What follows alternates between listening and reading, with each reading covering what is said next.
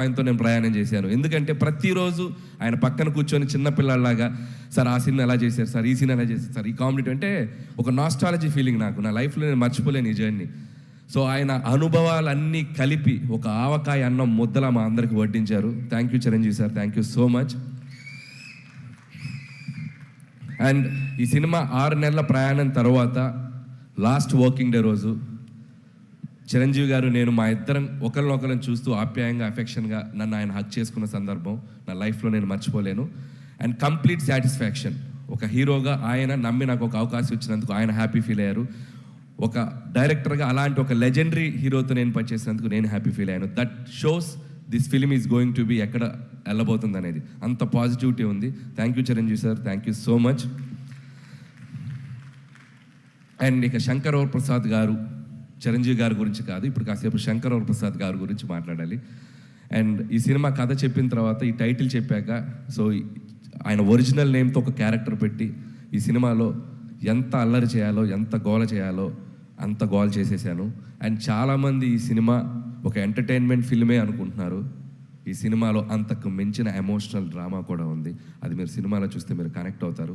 So full meals, comedy, entertainment, అది sentiment, dance, songs, ఇక victory Venkatesh గారు వచ్చాక ఒక అద్భుతమైన అల్లరి అండ్ కంప్లీట్ ప్యాకేజ్ బాగా కుదిరింది. సో ప్రతి సంక్రాంతికి, అంటే ఇది 4th సంక్రాంతి, నేను వస్తున్న సంక్రాంతి, చిరంజీవి గారు, వెంకటేష్ గారు అయితే అబ్బో వాళ్ళు చూడని పండగలు ఎన్నో, వాళ్ళు చూడని పండగలు కాదు. బట్ సో అలాంటి ఇద్దరితో కలిపి ఈ సంక్రాంతికి రాబోతున్నాను. And thank you so much. మళ్ళీ ఆడియన్స్ అందరికీ నా థ్యాంక్స్ చెప్పుకుంటున్నాను. ఎందుకంటే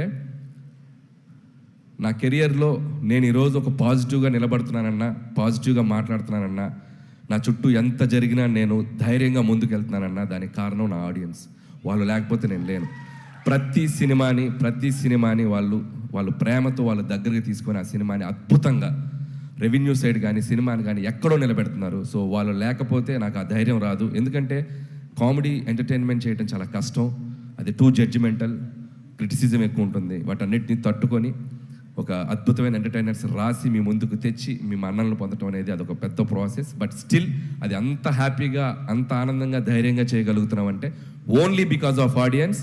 ఫ్యామిలీ జోనర్కి ఇంత స్ట్రెంగ్త్ ఉందని ప్రూవ్ చేసిన తెలుగు ప్రేక్షకులు అందరికీ పాదాభివందనాలు. సో ఖచ్చితంగా 2026 సంక్రాంతి చిరంజీవి గారి కెరియర్లో ఎన్నో అద్భుతమైన విజయాలు మనం చూసాం. ఆ అద్భుతమైన విజయాల లిస్ట్లో ఇది కూడా జాయిన్ అవ్వాలని నేను, నా కోరిక, నా చిరు కోరిక. ఆ చిరు కోరికని మీ అందరూ నెరవేరుస్తానని నేను మనస్ఫూర్తిగా కోరుకుంటున్నాను. అండ్ ఇంకా చాలా మాట్లాడాలని ఉంది, సమయాభావం వల్ల మాట్లాడలేకపోతాను. నెక్స్ట్ ఇంకో 3 రోజులు ఇంటర్వ్యూలు ఉన్నాయి, వాటిలో దంచేస్తాను, కావాల్సినంత దంచేస్తాను. అండ్ ముగించే ముందు ఈ సంక్రాంతికి రాబోతున్న మిగతా సినిమా టీం అందరికీ నా బెస్ట్ విషెస్. ముఖ్యంగా డార్లింగ్ ప్రభాస్ గారికి, రాజా సాబ్కి, and my dear mass Maharaj Raviteja గారికి. సో వాళ్ళకి విషయం చెప్తున్నాను. మిగతా నవీన్ అండ్ శర్వాకి కూడా నా బెస్ట్ విషెస్ చెప్తున్నాను. And once again thank you so much. Don't miss జనవరి 12 నుంచి మన శంకర్ ప్రసాద్ కాదు, పండక్కి మీ ఇంటి థియేటర్లోకి వచ్చేస్తున్నారు. 10 రోజులు, 15 రోజులు, 20 రోజులు, 25 రోజులు, మీరు ఎన్ని రోజులు దీన్ని తీసుకెళ్తారో అన్ని రోజులు దీన్ని చూడండి, మళ్ళీ చూడండి, మళ్ళీ చూడండి, మమ్మల్ని ఆశీర్వదించండి. Thank you so much. And అలాగే తెనాలి డబుల్ హార్స్ నుంచి జగదీష్ గారు to please present the gift hamper to Anil గారు.